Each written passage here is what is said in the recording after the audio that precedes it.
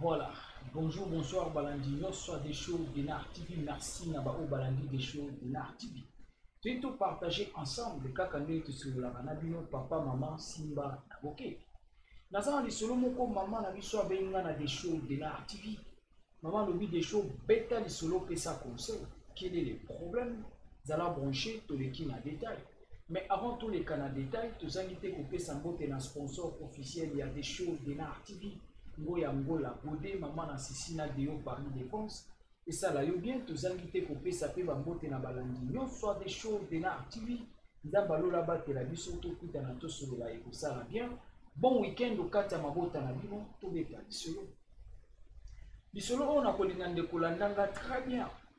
Ces derniers temps, batu bazoluka prophétie lokola mayebo. Batu balingi su kosambela normal te ndenge tokola ki kala ndenge za ki kaloke na église bafungoli bible batei na suka mutu na mutu apanzani akenda batu balingi su délivrance te ndenge za ki kala ovandi na kiti ba délivrer yo obiki te batu balingi fo ba bambo na kiti kozwa délivrance batu balingi su prophétie ndenge za ki kala te ba peso prophétie normal ya vie na yo ndenge za mais batu balingi miracle batu balingi prophétie de miracle. Batu balingi kaka bamona o bango bamona te, c'est-à-dire tokomi koluka to mona nzambe na miso. Yango mama na biso abi des shows beta lisolo pesa conseil. Yaya ba problème sous ce jeu la biso na vie, biso monde toza ba porte d'entrée. Yo moko ndo fungoli porte au diable a kota na vie na yo. Yo kanisa ki oke kolanda prophétie, mais yo kende ko fungola porte diable a koti na vie na yo. Yango to senga bino yaya bo partager ma solo a moko des shows. Partagez ma solo à des choses de Nar TV. Partagez ça très important et faites besoin partager toujours sur la bino ba témoignage vrai. Toujours sur la bino ma solo ya vrai o yo ko longwa na erreur. Na sima ya partage ko sauver mutu moko akota na erreur te. Surtout na moment auto komi na ngona ebité. Quand des bible ba ki mukula suka bokomona bile. C'est ça. Ces derniers temps likambo prophétie, surtout les mamans. Parce que le problème est salami na maman. Il y a un maman le des choses bêta. Le problème est ça. Le problème est ça dans les États-Unis d'Amérique. Maman a vu sur le des choses. Nga na bande ko sambela na église na nga songolo. Batinde nga même na ba photo à pasteur amour. Na ba photo ya ye prophète sur pasteur. Batinde nga image na ye. Mais compte tenu ya ba respect na ba règle mususpect à YouTube ya tout ça ka limité. Na vidéo. Maman a vu ça des choses bêta du solo yewana. Mais compte tenu à ba règlement ou ba règle à YouTube na ba déontologie à boulot makamtu esenga vraiment hein pour que ça na moi vision d'aigle ya komona penza musika. Problème est ça maman lobi na ndo sambela na église nanga quelque part même comme sou na bando tambola na camarade nanga to kutani na pasteur ya camarade. Camarade de babando tambola ba osala route ensemble pasteur ya camarade ne o babando tambola bas pesa ni mbote ah maman mbote pasteur abi ah o muninga no oui muninga nanga maman okiko ya na église nanga te ka nde ba pesa biso ba invitation okiko ya na église te oya juste invitation une fois deux fois quand ndenge zalaka maman bi oui pasteur problème ezate na koya na église bref yaki okoma maman yaki dimanche aye na église. Mais chose grave. Maman le but des choses tant on a qui va passer la prophétie. Tout ça vagabondage spirituel. Yo lingi ko yoka côté bazolo ba prophétie te. Yaya na ebisa bino mikonyo so toute prophétie n'est pas de Dieu. Toute prophétie n'est pas venue de Dieu. Faut boye barango. Faut boye bageloko tolo ba mikolo nyonso. Batu nyonso ba fongo la Bible avec des vexés bazotanga. Nyonso bazo sala on eza recommandation ya nzambe te. Ces derniers temps batu ba signer Bible comme il le repamba. Bible eza na valeur te. Mais sauf que la Bible, c'est la parole de Dieu. La parole de Dieu, c'est Dieu. Bangonde bakozika. Bible tikali Bible. Yango tolobi kolanda te kote nyonso ba ofungola Bible yo ke ko croire. Ça le problème. Toute prophétie n'est pas de Dieu. Toute prophétie n'est pas venue de Dieu. Pour tenir compte de loko na oloba. Bref, maman lobi des choses. Tokomi wana nani comment dirais-je? Pasteur apesi maman ba prophétie na ye. Apesi maman prophétie. À partir ya prophétie wana nde maman atikali na église. Maman bandi kosambela na église. Mais muta memaki maman na biso na église wana à un moment donné ya longwa ki église. A longwa ki église ayaka koyebisa maman na biso na sima ya ba problème on a obetelo ke non na longwa po na mona ba prophétie na ye ezalaki ya vrai te ezalaki ya lokuta. Muta memaki on na église a longwa yo tikali. C'est ça le problème. Il y a vagabondage spirituel. Vous tambola partout pour que nous candidions au monde na miso. Vous tambola partout aller chercher la prophétie. Vous et à l'endroit du solo na zobetelo ngo malende calmement sirement très doucement na lingo comprendre l'endroit du solo bien. Maman lobi des choses donc ba pesinga ba prophétie na premier jour na kendaki premier dimanche. Maman tikali. Il y a des prophéties magiques ceux qui va faire sur Motikali. Bino boko comprendre te ata tozoloba. Mon peuple périt manque de connaissances. Vous avez les yeux, vous ne voyez pas. Vous avez les oreilles, mais vous n'entendez rien. Je salue apôtre Simon na Allemagne en passant et ça là yo bien apôtre Simon na yebi ke yo landaka te show de Nar TV au benga rapé au pesa na conseil makas. Merci beaucoup apôtre Simon depuis Allemagne.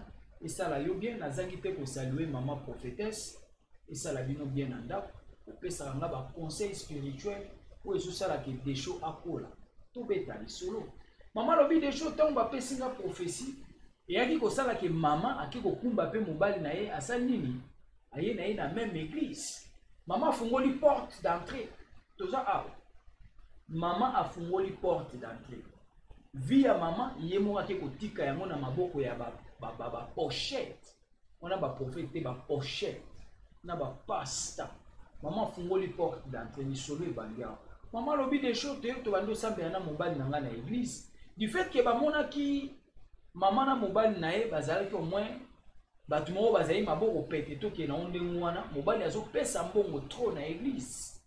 Passe temps à profiter bango ap.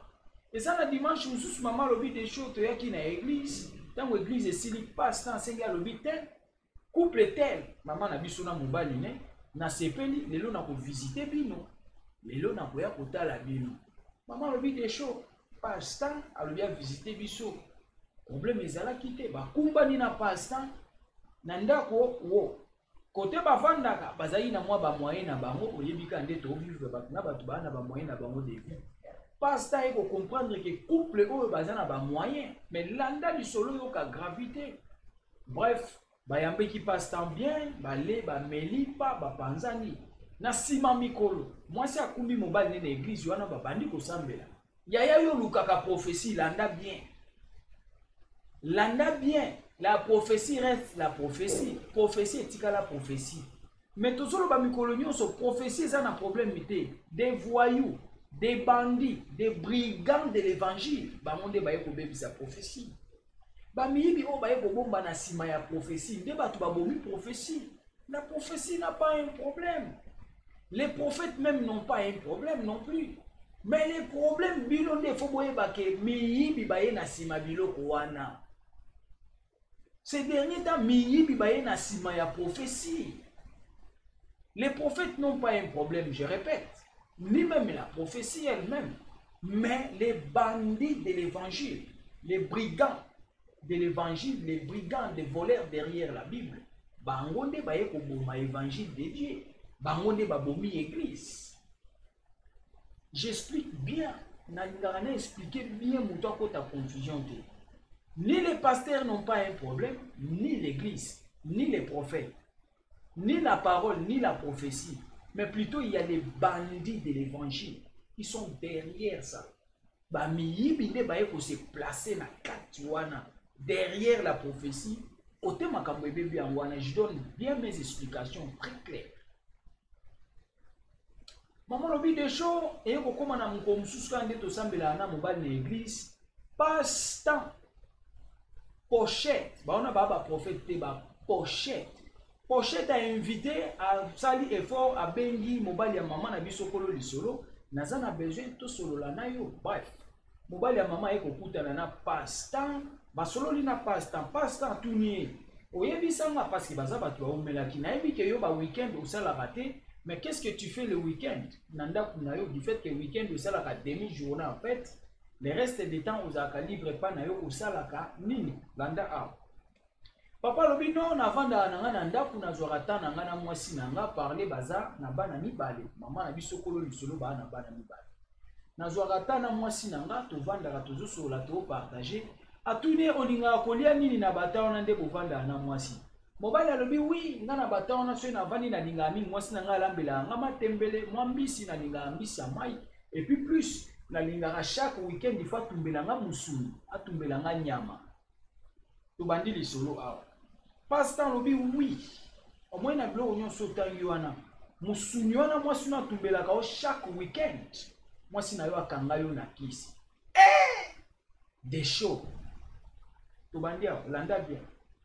Passe-temps lobi nzamba la kisinga ponyo se comment nzambe te nzamba la kisinga nzamba lobi nazui vision na moni boy nzamba la kisinga musuni wana batumbela kayo chaque week-end mwasi na yo achaka mona se ya makolo na ye koma kote naza c'est-à-dire achaka musuni wana na tondolo na ye soka bombi yango na kati ya tondolo ya monde yaka kotumbela yo alesaka yo chaque week-end. Je m'explique bien. Balanda nga boyebi ba terme to kanga ba terme pour ne pas déranger aux enfants. Je répète à dire passe-temps lobi boy musuni wana na bilo nyoso balambela ko musuni omona ka batumbela ko chaque week-end eza musuni ya normal te eza musuni azwaka soka sombi akotisi yango na se ya makolo c'est-à-dire atia yango na se ya kimwasi na ye avandi na ndengo wana na sima ya bata yango nde bayaka kotumbela yo chaque week-end oliaka c'est-à-dire mwasi na yo akanga yo na kisi des shows oyoki ndenge histoire ekende mwasi nde amemaka mobali na église mwasi ayebaki église sima camarade nde amemaki ye kuna ake kuna bapesi prophétie lokola basi balula prophétie nayebi te mibali nzambe asala biso ndenge ya biso mibali nde tozalaka ata opesi nga prophétie nayoki yo. Et après, je reste à examiner, je reste à prier. C'est ça. Du fait que baby ke bino bozalaka trop emporté, ceux qui ont bambi aux prophéties, mobimba, ok, mais ces derniers et ça n'a pas mobile. Papa lobi, maman na biso abi des choses, ba pesi mobile nanga prophétie musuni na tumbela kaye, na koti saka musuni wana na tondolo. Ceux qui na tche musuni wana na tondolo, yangonde na tumbelaka mobali na kanga mobali na kisi na mvuta ye. Bref, mobali alongwe ka kuna esika bapesaki ba prophétie azongi na ndako asimba mwasi lukutu ya nyama yo lokanga ndoki okanganga sorcière yo kanisaki na koyeba te abo beta kumbi mwasi na mutuka pa na bango abwaki kugendo tika mwasi pa na bango abina ana besoin mutape sanga conseil te wana mobali na ana besoin mutape sanga conseil te naza pe na besoin mutaloba te na ye kozongisela bino mwana bino a expliquer bino mobali a tourner mutuka akei atiki mwasi na bana mibali bakabwani ndako eza ya mobali abimisi mwasi ndako basomba eza ya mobali ya kombo ya mobali abimisi mwasi na ndako na ye azongisi ye pa na bango na bana.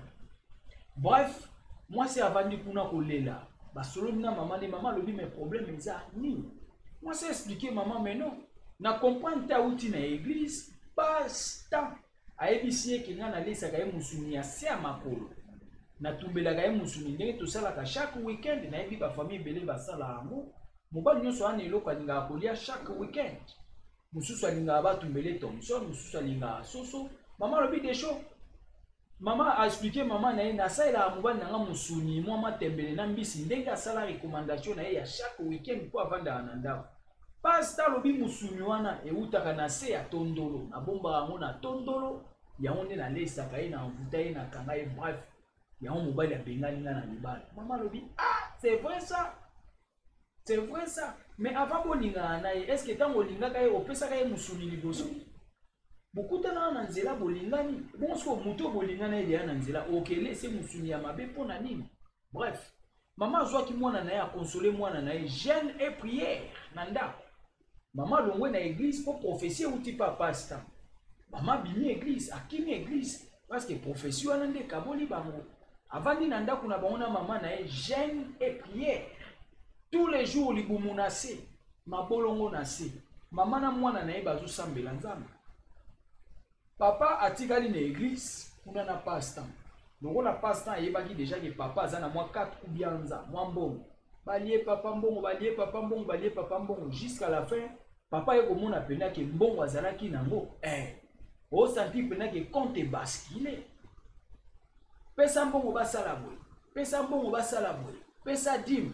Pesa boy, pesa boy, pesa boy, pesa boy, tout ça la prière, pesa boy, tout pesa bénédiction, pesa tout bon de la bénédiction, ça là tout ça la boy, nzamba lobi, balé papa mbongo tina souka papa il faut comprendre que non, ça ce n'était pas la prophétie, ça ce n'était pas la bonne prophétie. Vous allez comprendre que la bonne prophétie c'est mbang, azongeli mwasi, azongeli mwasi yepe akimi église pour basibisi yembo.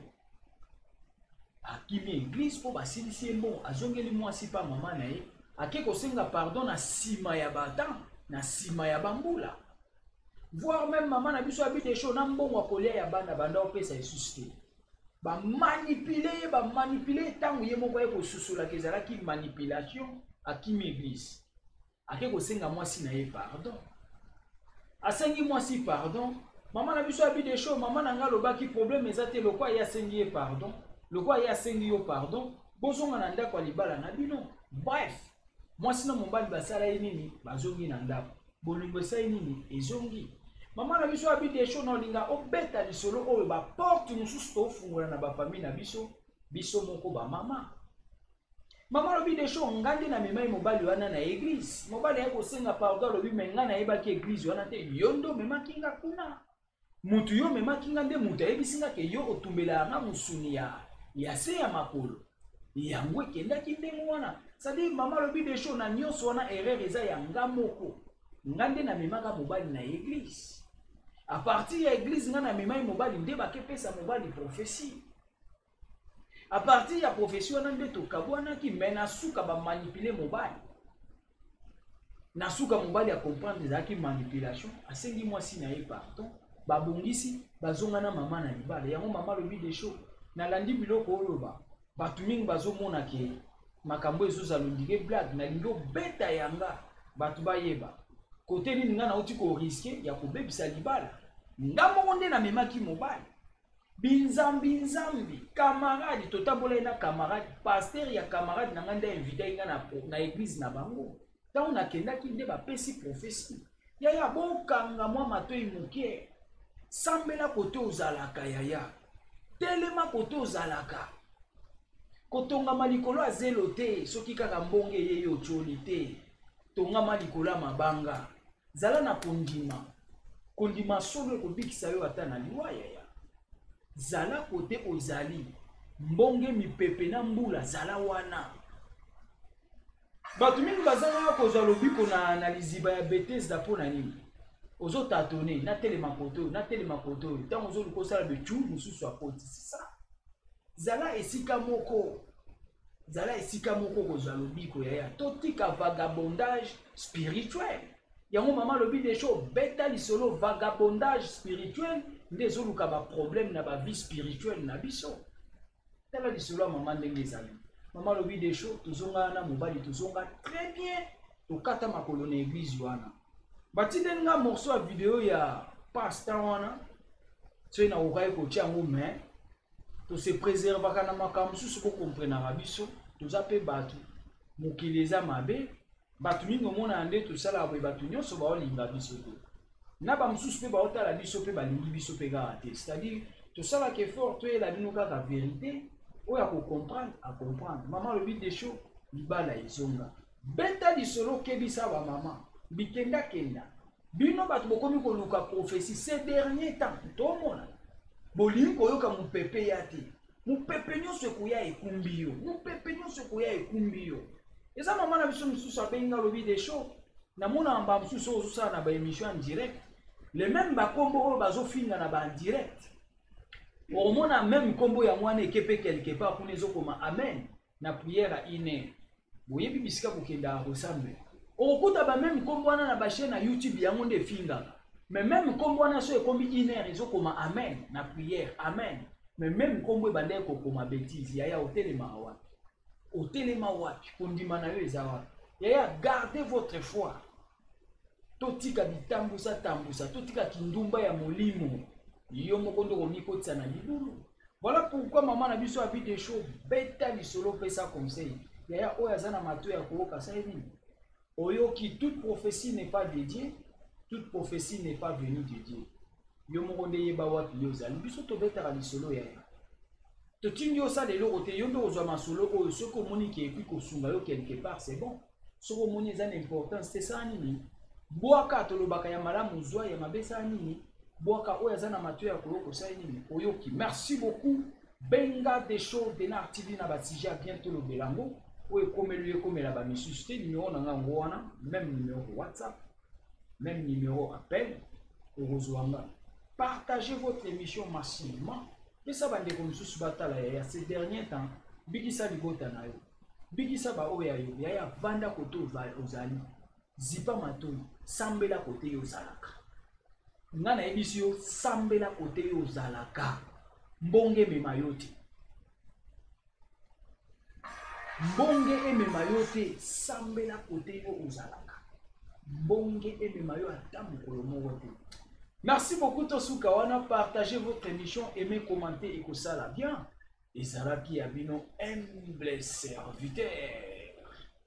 L'homme de bonne foi, Zala Monché, par l'émission Zapoya. Il y a réponse. Ciao.